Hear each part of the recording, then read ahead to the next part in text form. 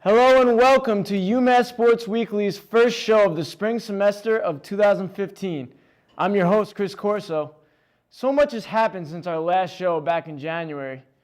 John McCutcheon, who has been the athletic director of UMass for the last 11 years, will be leaving the university to take a job at the University of California, Santa Barbara. Here's a quote from his press conference.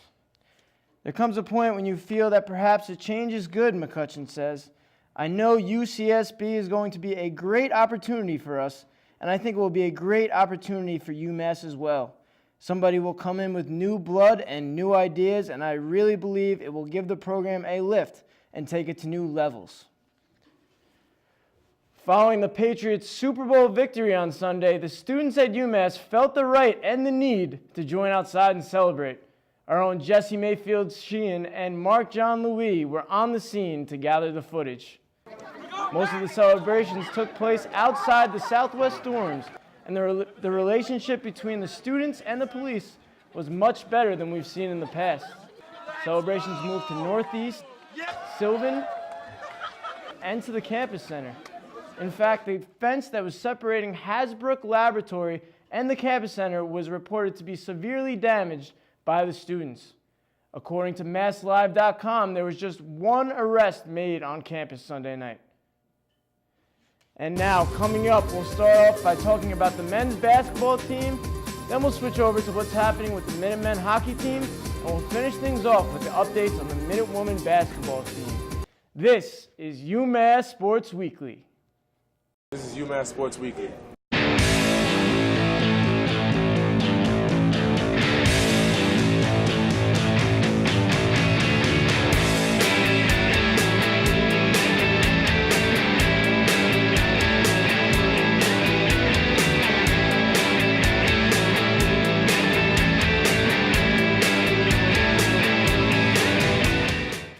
The men's basketball team has a 12-9 record with just 10 games remaining in the season. The team has rebounded from the shaky start to the season with 2 consecutive wins in the last pair of games. Our own Tim Dennehey has the story from UMass's victory against the Dayton Flyers on Thursday at the Mullen Center. The UMass Minutemen hosted second place in the A10 Dayton Flyers this past Thursday in front of a loud Mullen Center crowd. Trey Davis sets the tone early in the game by tipping the pass away, receiving the ball from Dante Clark, and draining the three. Zach Coleman with a good entry pass to Caddy Linane, who shows his dominance against the 2 Dayton Flyers. That domination down low requires 3 Flyers to crash down, with at least Trey Davis open for the 3. In the second half, Zach Coleman and Maxie Esho give us a physics lesson. What goes up must come down with a Showtime slam. Next possession down, the 6-man Tyler Bergantino with a great pick and roll, and he slams it down, which gets the Mullen Center up and on their feet. It was not all celebration at the end of the game. With under 15 seconds to go, Trey Davis was flattened by a screen, and he had to leave for the remainder of the game, but he turned out okay and played 2 days later in St. Louis. With 2 seconds to go and UMass up by 2, Dante Clark misses the free throw. Dayton hits the outlet and puts it up, and Jabari Hines with the block to secure the Minutemen win 66-64. Welcome back to UMass Sports Weekly. We're here to talk a little bit of UMass basketball, and I'm here with Tim Dennehey, who was at that Dayton victory, and Joey Saade. How you doing, guys? How we doing? Good. UMass is 5-9 in the last 14 games. They're not the team that we thought they were going to be at the beginning of the season. We thought they were going to be at the top of the Atlantic 10. I had high hopes for Trey Davis and Jabari Hines, the backcourt that was replacing Chaz Williams.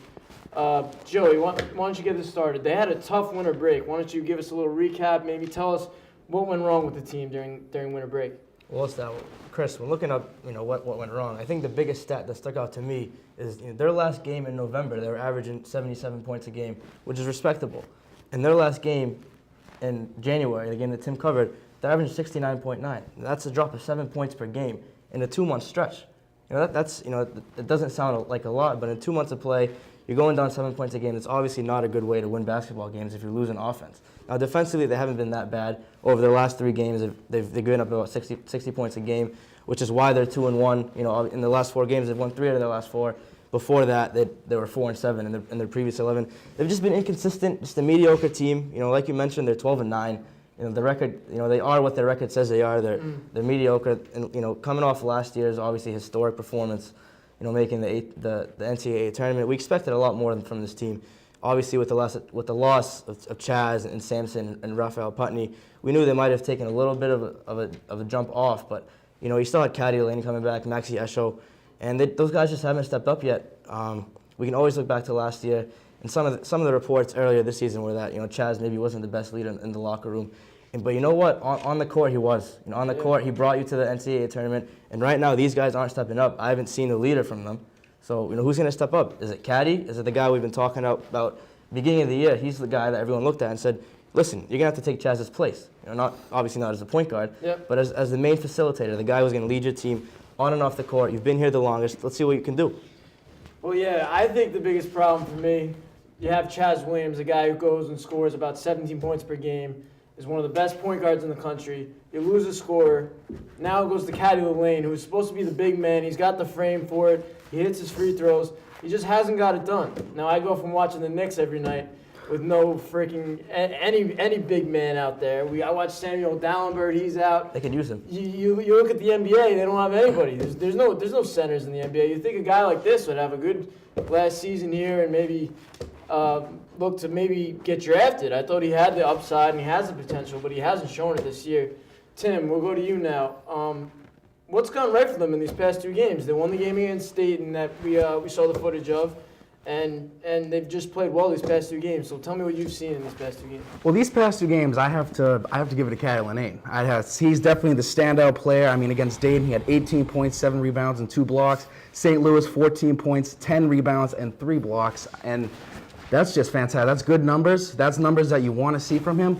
And not only that is he's personally doing well. When he does well, when he dominates in the post, it opens up the floor for other players like Trey Davis, who can knock down. Trey Davis against Dayton had 15 points.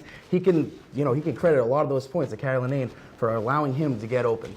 Now Lane spreads the floor. He opens up the court for shooters. He can kick it out to a shooter. He is a good passer.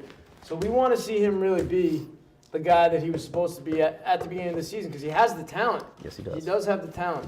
Now, Joey, what does this team have to do going forward? We've talked about Lane. We've talked about not having consistent scoring. What do you think this team really has to do to get to that level, maybe to make a push for the tournament? I mean, you never know. I think kind of what I mentioned earlier when we started off the segment, scoring-wise. On paper right now they have 4 guys averaging a double-double with Derek Gordon averaging 10 points a game exactly, so they're almost falling off that. But it's not enough. They don't have a guy averaging over 13 points a game. It's nice to say you have 4 guys averaging double figures. I'm sorry, I said double-double earlier. Double figures. Double figure, yep. In the last 4 games, they've only had 2 guys score double figures, although they've won 3 of those last 4. I don't think it's a consistent winning formula to have those points. Again, losing 7 points a game in the last, averaging 77 points a game only 2 months ago, and losing 7 points on average in the last 2 months. What's happened? What's gone wrong? What happened to the system?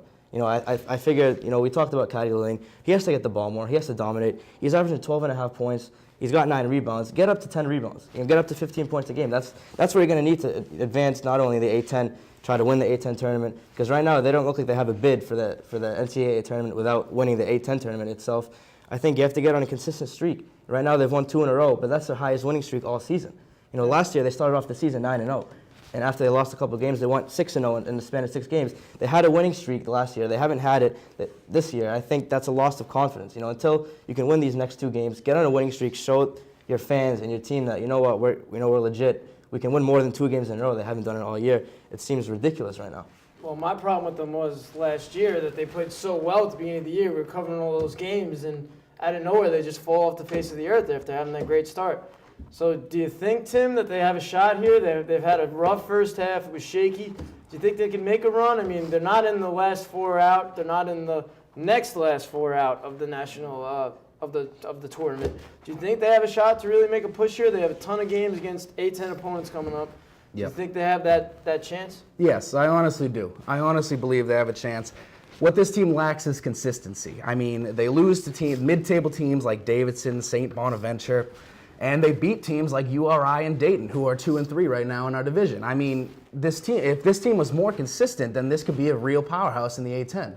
However, they lack that consistency, and therefore, I mean, we'll see where it goes. But as far as the future, I think if they stay consistent, and they make a statement with the next couple games. They're facing all mid-table teams. They're facing Fordham next, who is 0-9, 0-8 in the A10. They really need to make a statement and win that game by 10 plus. Well, I'm going to ask one more question, and this is going to be a quick answer. Joey, what do you see them? Where do you see them making it at the end of the year?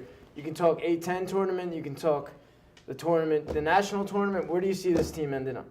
I can't give you a number one answer right now. I think if they pick it up, they can make it deep in the A10 tournament. Hopefully, last year, like we said, they started off great and they kind of slowed down towards the end of the year. Hopefully, this year they're playing it in reverse. Derek Kellogg hasn't been playing better at the end of the year. Hopefully, their mediocrity is what's happened before, and they're not going to continue it. They still have talent on this team. Like we said, Caddy hasn't reached his potential. I think Maxey was playing amazing at the beginning of the year. He hasn't reached his potential. You got Jabari who came in. You got Trey. I don't think they've hit their stride yet, which is a good and a bad thing. But hopefully, it's a good thing moving down the line. All right, Tim, real quick, give me your prediction. You got anything for me? They're winning the A10. They're winning the A10? Quote me on it. This day, they are winning the A10. All right, well, you heard it here first from Tim Dennehey. Joey didn't have a strong opinion, so I got to go with Tim over here. He had the strong opinion of the basketball team winning the Atlantic 10 tournament, which would give them a bid into the national championship game. All right, thank you guys. That was awesome. And we'll be right back to talk some UMass hockey.